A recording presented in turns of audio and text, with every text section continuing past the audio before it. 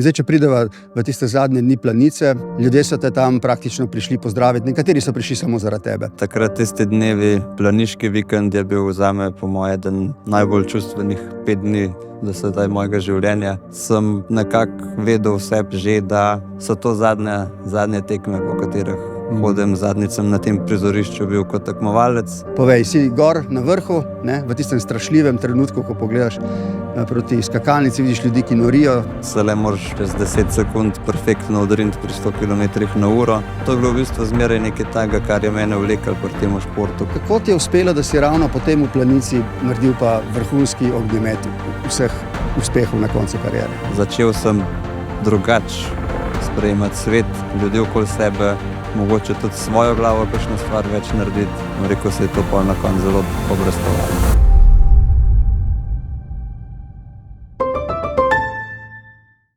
Dober dan in dobrodošli v Mastercard podcastu Navdiha. Moj današnji gost in vaš gost je Peter Prevc. Peter Prevc je živa legenda slovenskega in svetovnega smučarskega skakanja in letenja. Je prvi človek na svetu, ki je poletel dlje od 1/4 kilometra. V sijajni športni karieri je osvojil zelo velika in prestižna športna in druga priznanja, tudi veliki kristalni globus. 4 olimpijskimi medaljami je postal najuspešnejši slovenski zimski olimpijec. Peter Prevc.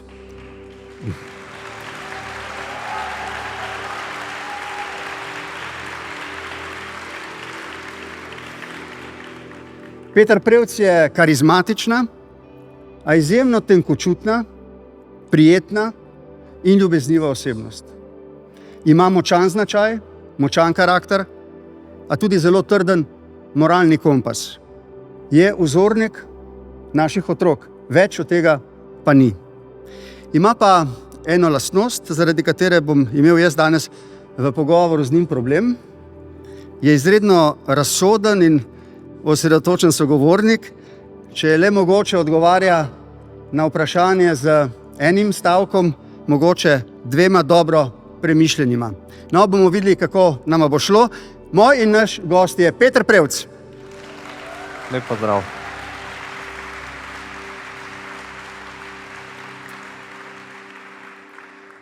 Peter, nazadnje sva klepetala na tvojem čudovitem sprejemu v Kranjski Gori, nekoliko bolj zasebnem, za javnost zaprtem, ko si se tistega dne od navijačev, od domače in svetovne smučarske in druge publike zavedno poslovil od smučarskega skakanja in letenja.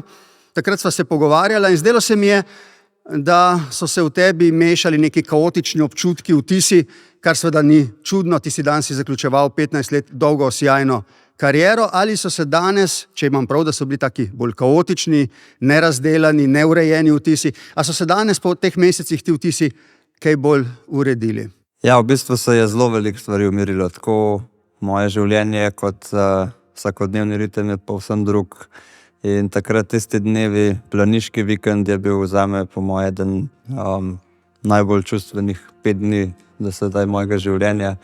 In je bilo res težko karkoli povedati.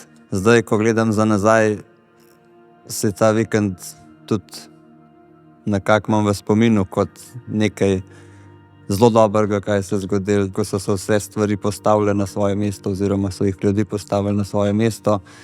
In predvsem to, da zdaj z vso skromnostjo lahko rečem, da sem bil tisti vikend res dober tekmovalec. No, ampak zdaj po teh mesecih sva rekla, si nekoliko bolj uredil vtise, za tabo je bila sijajna, legendarna športna kariera. Takrat si mi zaupal, da imaš tudi občutek zadoščenja. Ta občutek ostaja. Se mi zdi, da sem vse svoje želje po dokazovanju nekako dosegel s tisto zadnjo petkovo zmago v Planici, da sem po dolgem času še enkrat sam sebi tudi drugim dokazal, da še zmorem stopiti na vrh in po tistem nimam več želje tekmovati. Ti si najbolj blestev, če smeva imeti nekaj vrhov tvoje športne kariere pred seboj, leta 2015-2016, takrat si osvajal vse po vrsti. Potem pa je nekako ta uspeh nekoliko zbledel, tako kot ti večkrat rečeš, če si enkrat na vrhu, je vse, kar je pod vrhom, samo povprečje, ne? Ampak potem, tik pred koncem, si pa čudežno vrnil. Ne? Je bila to neka, kako bi rekel, božja previdnost usode, ki te je nagradila za vse, kar si dal slovenskemu športu? Ja, kaj pa vem, bilo je, kako ne rečem, 7 debelih krav, 7 suhih krav in potem spet kakšna debela za konec. In bom rekel, da v vseh teh 15 letih sem 15 let zavzeto treniral in tekmoval in se trudil. In potem, ko je prišel tisti vrh, oziroma ko sem stopal na vrh leta 14, 15 in 16, bom rekel, stopil na čisti vrh. Takrat pričakovanja sam do sebe, pričakovanja drugih tako zrastejo, da vse, kar je okrog vrha, ni zanimivo oziroma ti ne da zadoščenja, pomiritve. In takrat se kot človek nisem znal pomiriti s tem, zadovoljiti z eno vrhunsko 3. uvrstitev, oziroma 5. uvrstitev. Mi ni bilo dovolj in sem želel še tisto več, ampak ko človek želi nekaj doseči, mogoče česar ni vreden ali pa kar si še ne zasluži, se ti to še ne zgodi. Bom rekel, tisti rek, da če nekaj nisi vreden, pol tudi ne boš dobil, da to drži. Ampak v meni je bila pa zmeraj ta, bom rekel, eno prepričanje, vedenje, da sem jaz sposoben stopiti še enkrat na vrh. Sicer je trajalo kar dolgo časa, ampak bom rekel, z vztrajnostjo, ekipa se je zamenjala, jaz sem odrasel, začel sem drugače sprejemati svet, ljudi okoli sebe, mogoče tudi svojo glavo kakšno stvar več narediti. In rekel, se je to pol na koncu zelo obrestovalo. 7 let po tistih uspehih je dolga doba. Ne? Ti praviš, si imel neko vero, neko zaupanje, neko prepričanje, neke sanje, da bo prišel še en vrh. Ampak v tem času verjetno so bili tudi občutki, da mogoče, neki dvomi, da mogoče pa ne bo. Daj, popelj nas skozi te občutke. Ti si vrhunski športnik, vsi te poznajo, na vrhu si. Potem pa kar naenkrat, čeprav si še vedno zelo dober, za javnost si v povprečju. Se boriš sam s sabo in z vsemi. Kaj je takrat v Petru Prevcu, da se vrne na vrh? Je mogoče tudi ena taka jeza, ko vidiš, ko te nekako že odpišajo, rečejo, no se iz tebe nikoli več ne bo, pa si v bistvu 6. Ali pa ne vem, si v trgovini pa na blagajni reče, zakaj pa zdaj ni zmagal, a letos pa ne gre tako dobro, ne? In to te mogoče kot človeka začne malo počas,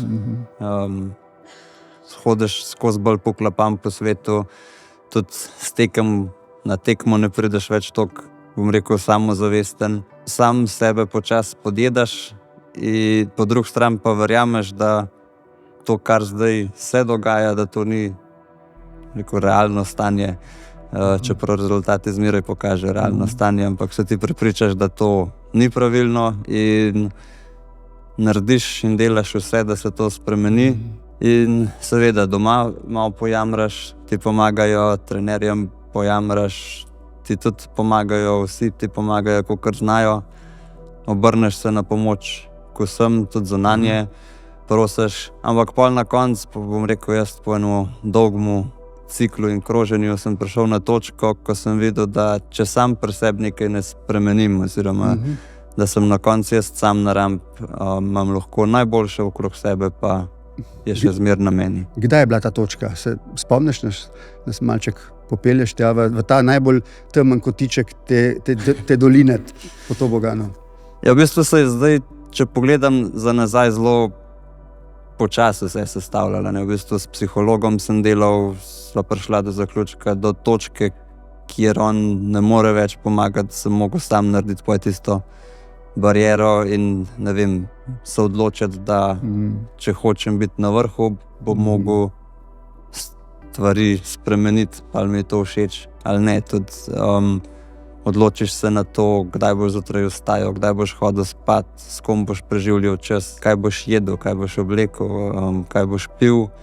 In ko se vse te odločitve sestavijo skupaj, pol se nekako obrne na gor. Ne bom rekel, da je bil za en trenutek, ko sem v drvarnici sedel pa jokal in se smilil sam v sebi, ampak bom rekel, z odlično podporo domačih počas, da so me ujeli pri padcu in me počas potegnili navzgor. Ko že omenjaš domače, bova sam en izlet naredila v družino. Kdo je bil tukaj v največjo pomoč? Mina, soproga, ali kdo so ti bili otroci v navdih, starši, ki so seveda nekaj posebnega v slovenskem športu? Kaj je bilo? Ja, v bistvu dom je bil zame zmeraj nekaj, kjer je zavetje. Da ne glede na to, ali pridem domov kot šampion ali kot največji poraženec, sem doma, je točka nič, kjer ti dobiš brco in objem, odvisno v katerem vrstnem redu to potrebuješ, in tam nabereš moči, po boju si opomoreš in greš od tam naprej. Bom pa rekel, da je bila tukaj žena tista, ki je k temu okolju največ pripomogla. No, in potem pride do tega odriva. Nekako se iz te globeli začneš pobirati, ampak daj nam povej, kako ti je uspelo, da si ravno potem v Planici naredil pa vrhunski ognjemet vseh uspehov na koncu kariere. Ja, v bistvu se ni vse zgodilo, bom rekel, zdaj 15. marca pred Planico 2024, ampak ena velika šola je bila že olimpijada 2022 v Pekingu, kjer, bom rekel, sem imel, preden sem šel tja, povprečne rezultate, pol nazaj prišel z 2 medaljama in 4. mestom. In takrat se spomnim, ko smo leteli tja, med tistim COVID ukrepih, sem šel res tja brez, sem rekel, ne, zdaj tja greš, 14 dni te ne bo doma, vso hrano dobivaš za jesti ven iz vrečke in je tle treba upaj, mislim, ne pričakuj nič, pa bodi pripravljen na vse. In bom rekel, ko sem se pri sebi tako globoko sebi res pomiril s tem, da grem tja in da sem bil prepričan, da bom vse naredil za to, da bom uspešen, pa da ne bo katastrofe, če ne bom uspešen, ker konec koncev sem 2 medalje že imel od 8 let prej.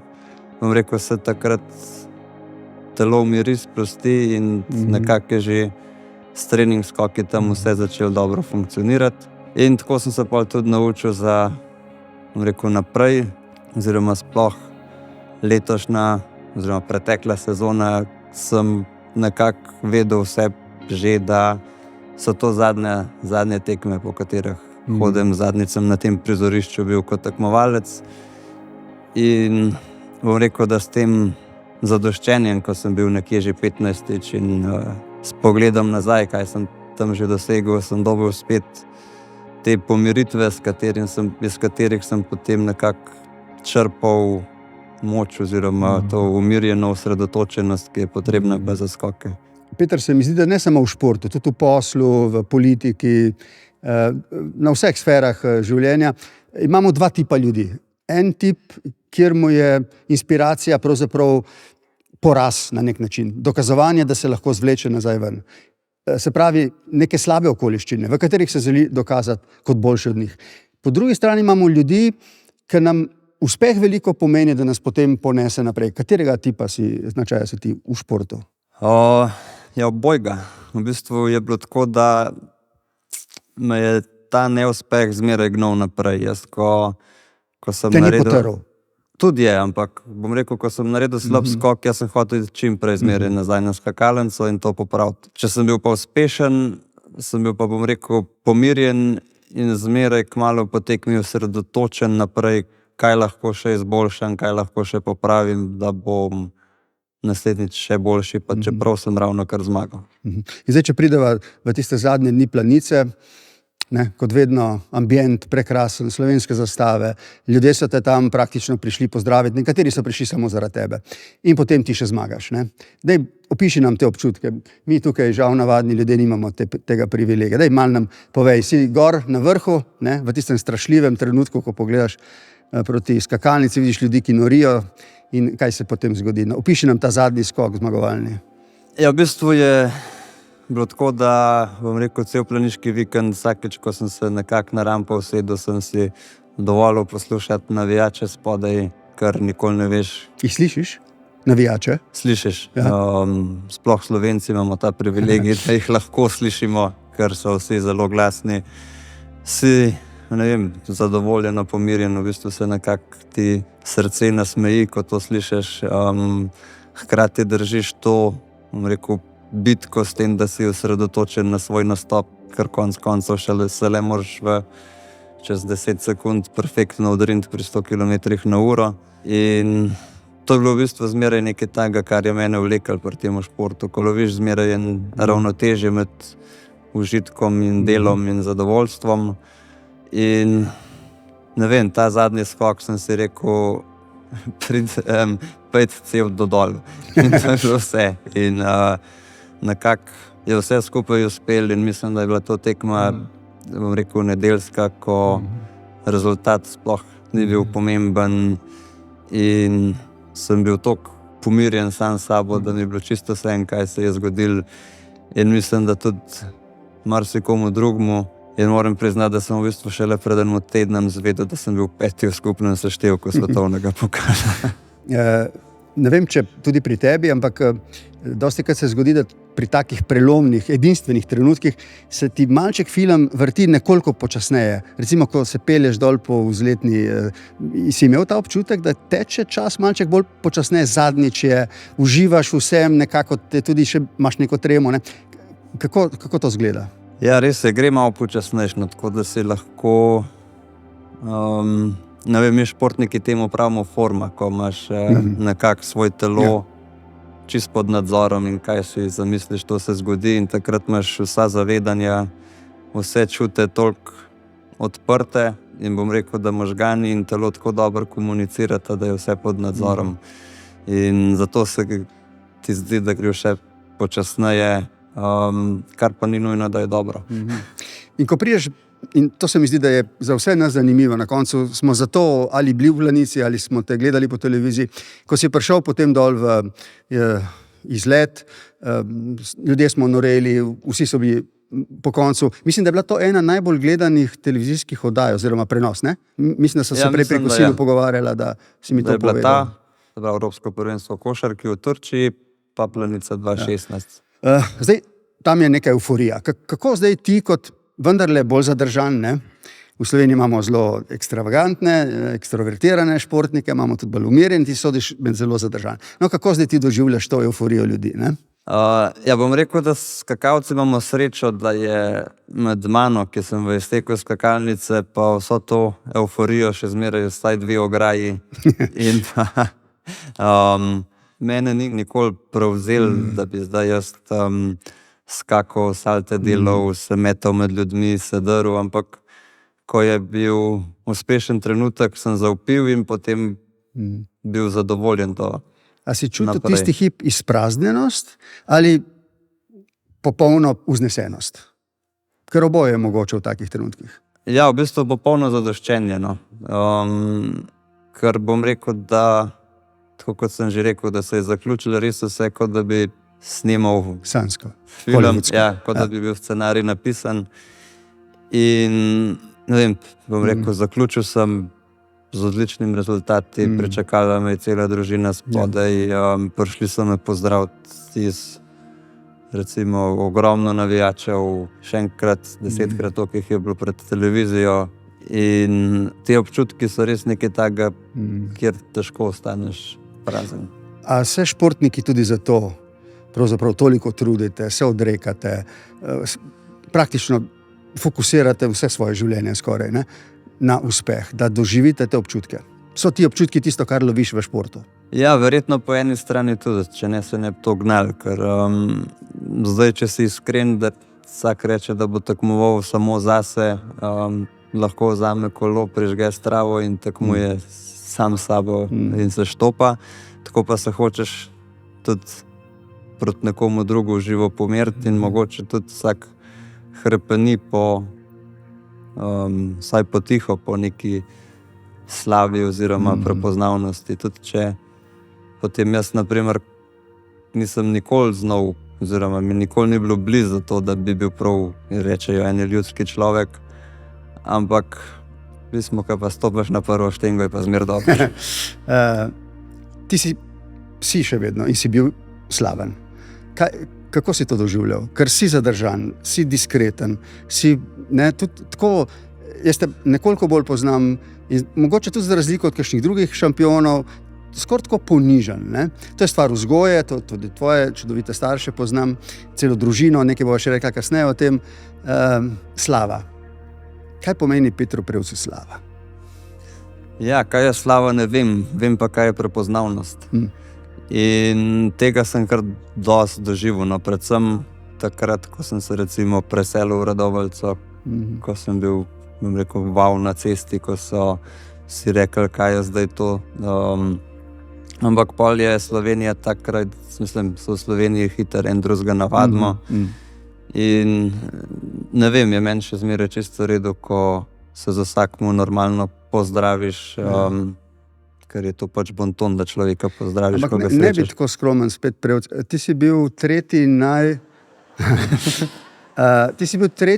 na izboru za ameriškega športnika leta. Come on, to je, ne? To je velika reč, ne? Dobro, v Ameriki je stvar, kako se zadevo prodaš, ne kako jo dosežeš.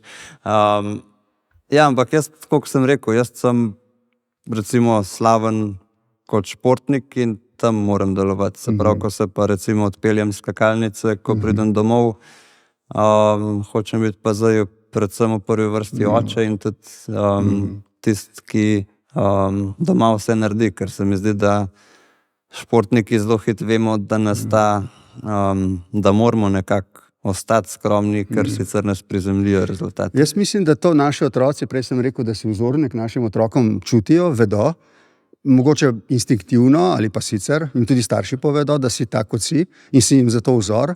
Jaz sem ti prej pri kosilu že povedal eno tako mehko, drobno anekdoto, ki se mi je zgodila nekaj let nazaj, ko sem Petra spremljal na tekmovanju v Planici. Pred mano je bil en otrok, takrat sem bil še predsednik republike, sem imel to zastavo slavnih in sem navijal za Prevca.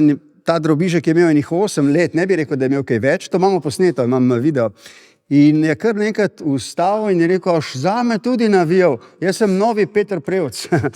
Tako, ti pomeni to veliko, da te taki otroci, ne, pravzaprav šele vstopajo v svet nekih resnejših spoznanj, da te imajo za vzornika. A je to breme ali kako bi razumel to? Ja, v bistvu je zelo super, ko vidiš eno mladostniško igrivost, predvsem iskrenost, kako ti sledijo.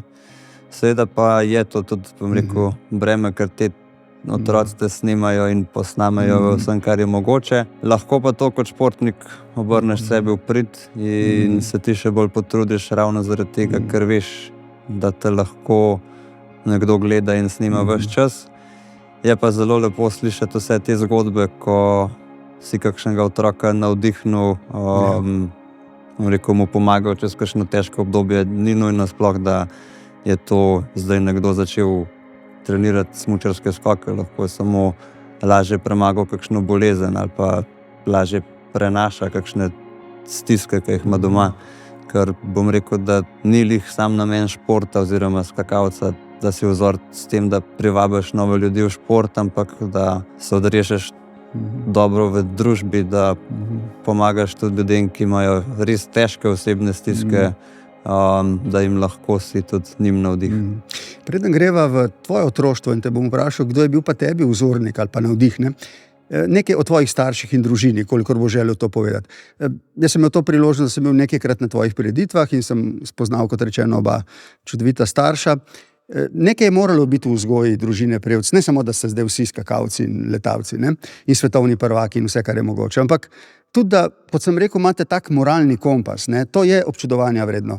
Kako bi opisal tvojo družino? Tvojo zdaj in tisto, v kateri si rasel?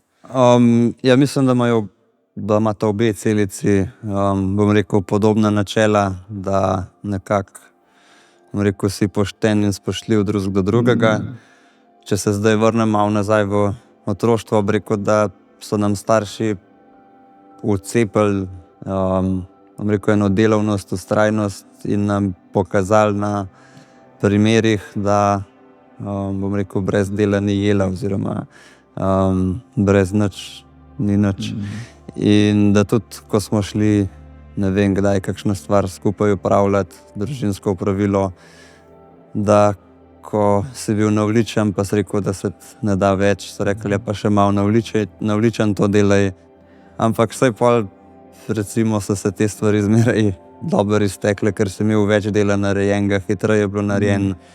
In s tem, da, bom rekel, s tem načelom tudi navličen lahko njeno stvar delaš in delaš dobro, se tudi kdaj odpravil na trening. Zdaj, tam blizu vaše hiše je skakalnica, tako da ti ni bilo treba daleč iti. Vem, da si skakal kot otrok še za klasično smučarsko opremo, ne? In potem te je verjetno dal občutek, ko si šel na smučarske, mislim na skakalne smuči, pa verjetno te je nekako osvojil, te omrežil ali kaj. Ja, v bistvu mi je bil ta šport, se mi zdi, kot 10-letniku, 9-letniku en velik izziv. Zakaj skakanje? Ker smučati nisem znal dobro. Ja, v bistvu, ne vem, zdaj mogoče to res malo to, ker rekel, za smučanje rabiš ti strmino, to je dobro, če je žičenca, tudi da ni treba peš gor hoditi. Za skoke smo pa imeli samo 2 metra starega klanca in je bilo dovolj, da smo si priredili zabavo. Pol je ta klanc postal večji in se mi zdi, da me je počasi oče peljal v klub, kjer so bolj usposobljeni kadri skrbeli za moj razvoj. V klubu je pa tako, tam imaš vrstnike, eni so, mislim, pa imaš starejše, mlajše od sebe in skupna točka je pa to, da smo isto misleči, no, vsi imamo radi skoke in tam dobiš krasno družbo, s katero rasteš, seveda pridajo tudi težji trenutki, ko ti premestijo, te zamenjajo v drugo skupino, te dajo in tam nobenega ne poznaš, pa je pa kdaj malo težji, ampak se tam, bom rekel, samo malo izkališ. No in pol, ko to rasteš, skoki imajo še to prednost, da ves čas gledaš napredovanje. Skačeš na 15-metrski, gledaš 20-metrsko in te to ves čas žene, da si boljši in napreduješ. In kdo je bil tebi takrat Peter Prevc? Kako? Kdo ti je bil vzornik? Zelo dolg časa Robert Kranjec. No, v bistvu zmeraj mi je bil, ker je bil on zmeraj, bom rekel, najbolj zagnan pri treniranju, no, vsaj tako se je kazalo, zdaj ne vem, je grov ali ne. Ja, smo zmeraj otroci gledali in komaj čakali, če so prišli kdaj ti, bom rekel, članski šampioni na Gorenjo Savo, da so zraven tam kaj trenirali, takrat vem, kako smo jih vsi gledali. Pol je pa v bistvu pri meni šlo vse zelo dobro na gor, zelo hitro na gor in A takrat si se zabaval in si za zabavo to delal, ali si že takrat sanjal o nekih velikih uspehih, kako boš držal zlatega orla in tako naprej? Ne spomnim se. Tako da karkoli rečem, se lahko izmislim. Ti bi lahko šel za diplomata, če boš. No, potem prije Lillehammer, prvi uspehi in tako naprej. In zdaj smo tukaj v tem toboganu k uspehu, ne? Sezoni 15-16. Takrat so šle stvari praktično skozi samo navzgor, ne? Brez kakšnih velikih spodrsljajev, problemov, dobro, nekaj padcev. Ja, v bistvu je bilo tako, da, bom rekel, sem delal zelo majhne, ampak zanesljive korake. V bistvu nisem prišel v enem letu na vrh, ampak v 7 letih.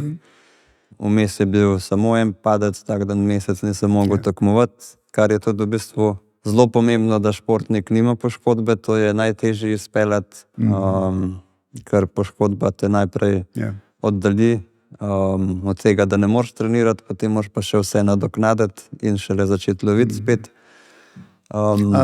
Padec pomeni povečanje strahu, se poglobi strah, verjetno skoki te ne pustijo ravnodušnega, ti si tam gor v nebesih in skačeš dol v peku, ne? Kako to izgleda? Te ni strah ali kaj? Kako se spopadaš s tem, zlasti potem po padcu? Ja, v bistvu po padcu ali pa po kakršnem koli neljubem dogodku mora človek dobiti spet samo zaupanje. To predvsem zaupanje v sebe, v opremo, da bo šlo in pač tukaj ni druge variante, kot pa da to pregrizneš. Ker v bistvu mislim, da je bil Thomas Morgenstern tisti, ki je po strašnem padcu, je čez pol leta je rekel, jaz ne upam več delati skočiti, jaz se to 20. mesto me ne zadovolji, jaz kariero lahko samo zaključim in je tako tudi naredil. Rekel, jaz sem imel to srečo ali pa znanje, da sem čez to znal videti postopoma in sem tako leta 2012, ko sem rekel, strgal si ligamente v rami, kot recimo 2018, ko sem bil pol leta iz skakalnice dol zaradi operacije gležnja, kot tudi po lanskem planiškem padcu sem uspel zelo hitro nazaj priti, zato ker sem vedel, zakaj so se prejšnji padci zgodili in sem vedel, kako se jih bom zdaj izognil in sem si lahko zaupal. Ti si tak zelo stvaren človek, deluješ zelo tako prepričljivo, ampak imaš mogoče kakšne take skrite običaje pred tekmo ali pa pred skokom, letenjem, ki jih nihče do zdaj v Portorožu zanje ni vedel in zdaj jih boš povedal. Si imel kakšen trik ali isto nogavico ali ne vem, kaj imate?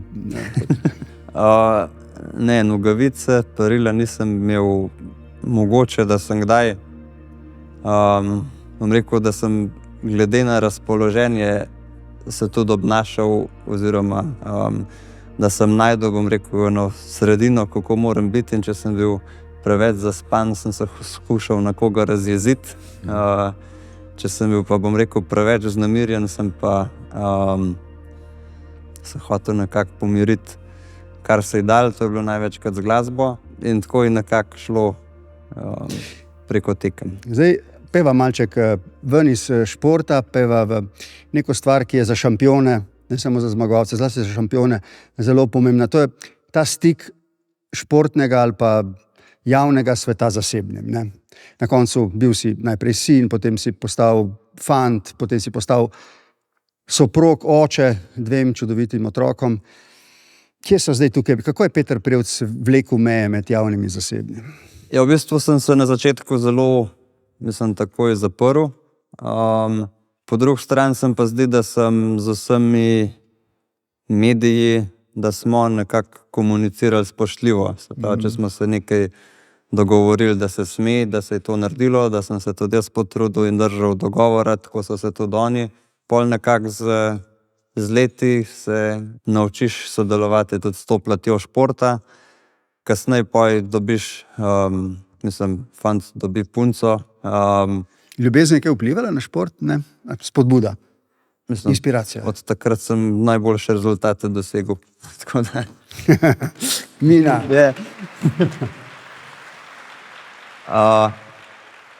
Ja, in pol je samo so ti preskoki, ko se gre kaj, čez mejo oziroma ko se začnejo stvari izmišljevati. Rekel, da mogoče me je zmotil, ko recimo, ko sva se poročila, sem jaz na Instagram samo napisal za zmeraj. Bili so pa članki, kaj smo na poroki jedli, ampak vse napačno.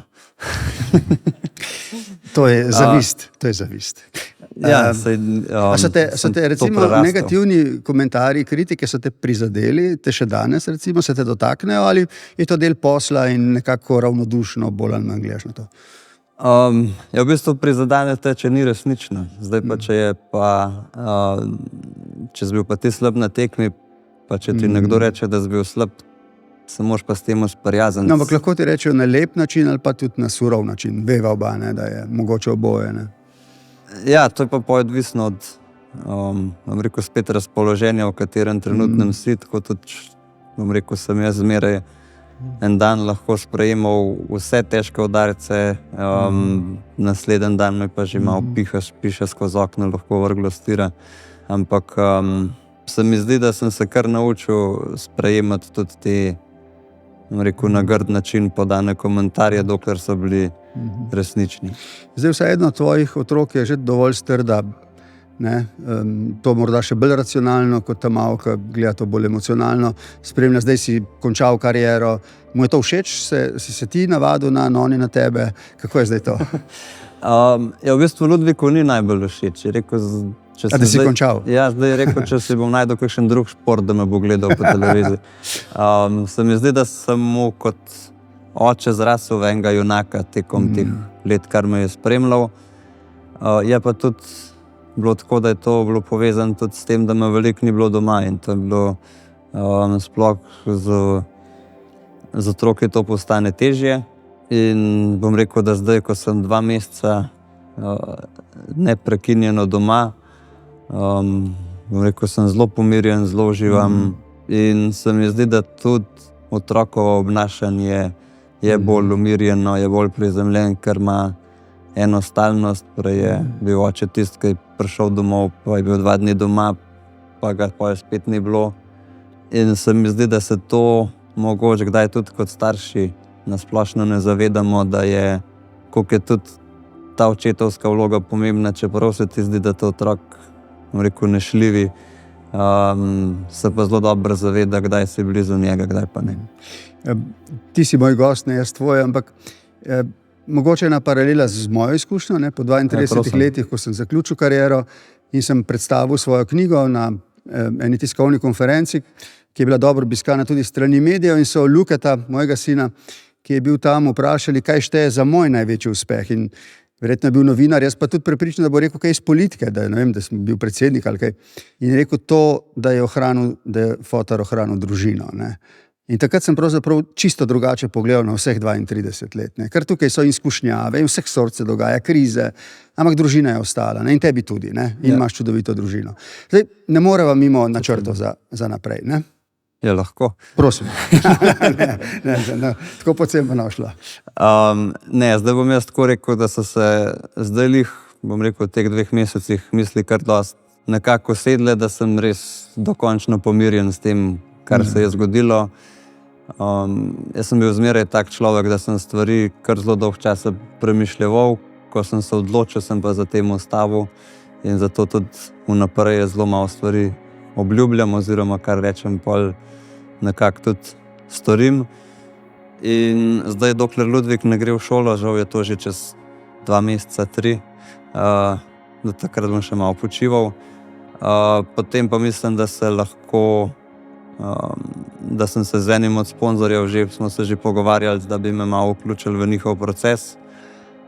Na Smučarski zvezi so prosili, če lahko malo pridem, in verjamem, da mi ne bo dolgčas. Zdaj, mi imamo zelo veliko dobrih športnikov, zelo veliko šampionov, glede na to, da smo majhna dežela, država, narod. Vi ste brand, ne? Ti si brand.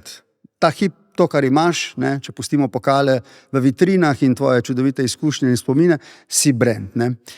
Sem prepričan, tako kot te poznam, da ga boš zastavil za nekaj dobrega, celo za nekaj plemenitega. Se motim. Ni treba iti v podrobnosti, ampak zdi se mi, da bo šlo nekaj v tej smeri. Ja, v bistvu je tako, da zdaj športnik, mislim, vsak človek je brand s tem, ko živiš. Samo da športniki, politiki, gospodarstveniki se odločimo to nadgraditi.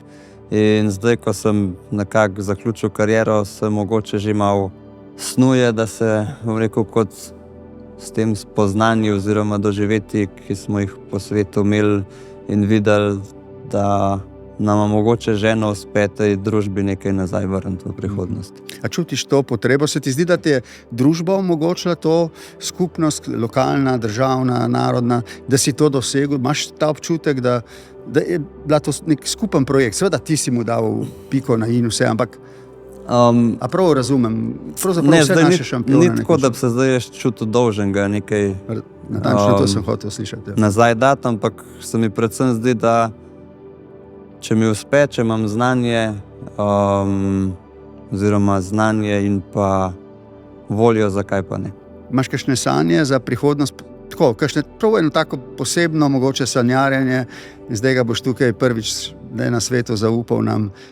Si nekaj želiš strašno, morda niti mima ne ve za to, nekaj takega, kar bi te osrečevalo potem? Ja, v bistvu še nimam zaenkrat kakšnih takih ekstremnih sanj, da bi vedel, k čemu težim, ampak predvsem želim, da čez, ne vem, recimo 10 let, da živim eno, bom rekel, umirjeno, relativno rutinirano življenje, brez stresnih, brez velikih pretresov. Če bosta otroka rekla, da bosta skakala, boš srečen ali boš zaskrbljen? To imate nekako v krvi, se mi zdi, pri vas. Ja, v bistvu bom predvsem zadovoljen, če bosta to delala, karkoli delala, nekako s strastjo in zagonom. Spoštovane gospe in gospodje, jaz mislim, da nimamo pogosto priložnosti, čast, da slišimo ljudi, ki so ponesli slavo naše dežele in našega naroda v svet. Peter Prevc je gotovo taka osebnost. En velik aplavz za našega gosta. Peter, hvala in srečno. Hvala.